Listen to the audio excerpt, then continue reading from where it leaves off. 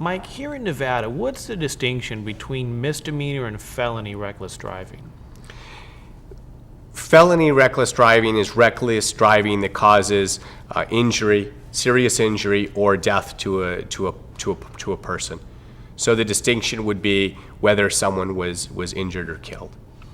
What are some examples of what would be considered reckless driving here in the state of Nevada? Reckless driving would be driving so aggressively that you're placing yourself or others in serious danger of harm. You know, it might be that if you're driving 15 miles an hour or 20 miles an hour over the speed limit, that would just simply be speeding. But if you're driving 70 miles an hour in a residential area, of course, that's something that would more likely get charged as a reckless driving. What about, on the 15 freeway? A lot of times, especially late at night, early in the morning, it's very desolate. People tend to go. I see people doing 90, 100 plus on there. Is that something that could get them arrested for reckless driving? It would really depend. If they were driving in the middle of the night and the roads are pretty clear and there aren't many vehicles, probably the officer's going to cite them for speeding. However, if they're weaving in and out of traffic, if they're tailgating, if they almost cause an accident and it's observed by an officer, it would not be surprising to see that person charged with reckless driving as a misdemeanor. And I know that in DUI cases, a lot of times we negotiate to get a DUI charge reduced to reckless driving. What's the significance of that for the person's record and their driving DMV record and so forth? Well, if you get a conviction for a reckless driving, that would put points on your license, but it would not result in an automatic suspension, whereas a DUI results in an automatic suspension period. So most significantly, when you're representing someone for a driving-related crime, first and foremost, you want to keep them out of jail. Then you want to protect their driving license privilege.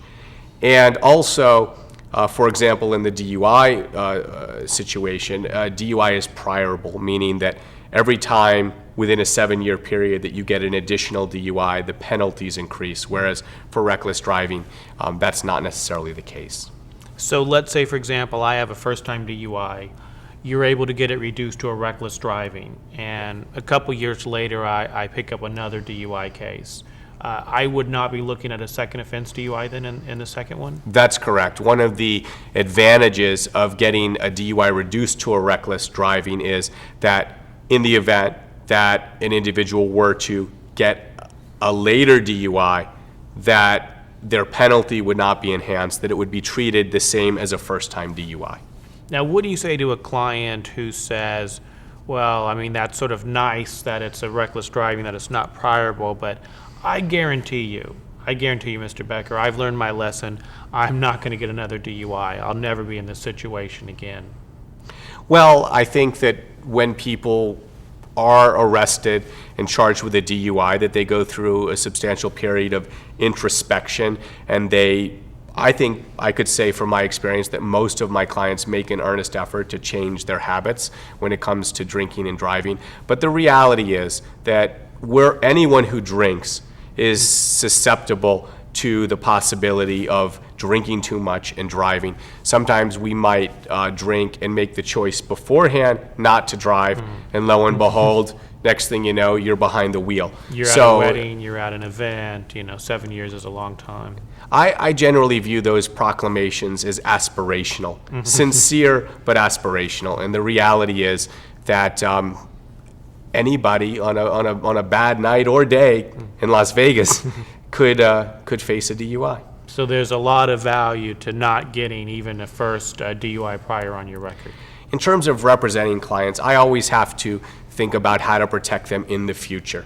So from my perspective, whether they ever get another DUI, and I certainly hope they don't, I want to protect them just in case they do. I'm attorney Michael Becker with the Las Vegas Defense Group. If you or a loved one has been charged with a criminal offense in Las Vegas or throughout the state of Nevada, trust in me and my legal team to get your case dismissed or otherwise negotiate a resolution that causes minimal harm to you in your future.